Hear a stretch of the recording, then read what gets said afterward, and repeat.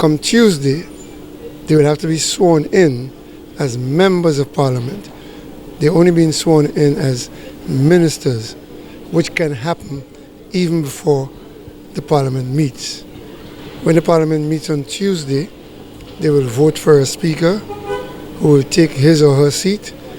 Then he or she will then swear in the deputy speaker and all of the members of parliament.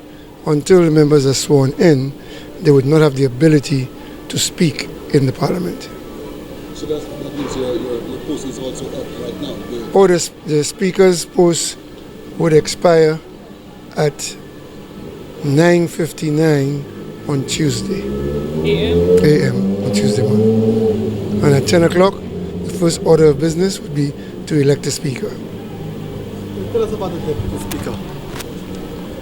Well, even as the government had passed a bill to amend the Constitution to allow other than a sitting member to be deputy speaker, the House passed it, but because the leader of the opposition raised objections, the Prime Minister decided to hold back on the implementation until the courts preside.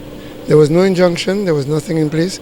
The Prime Minister could have proceeded, but he decided to hold strain until the court ruled on the constitutionality of the amendment.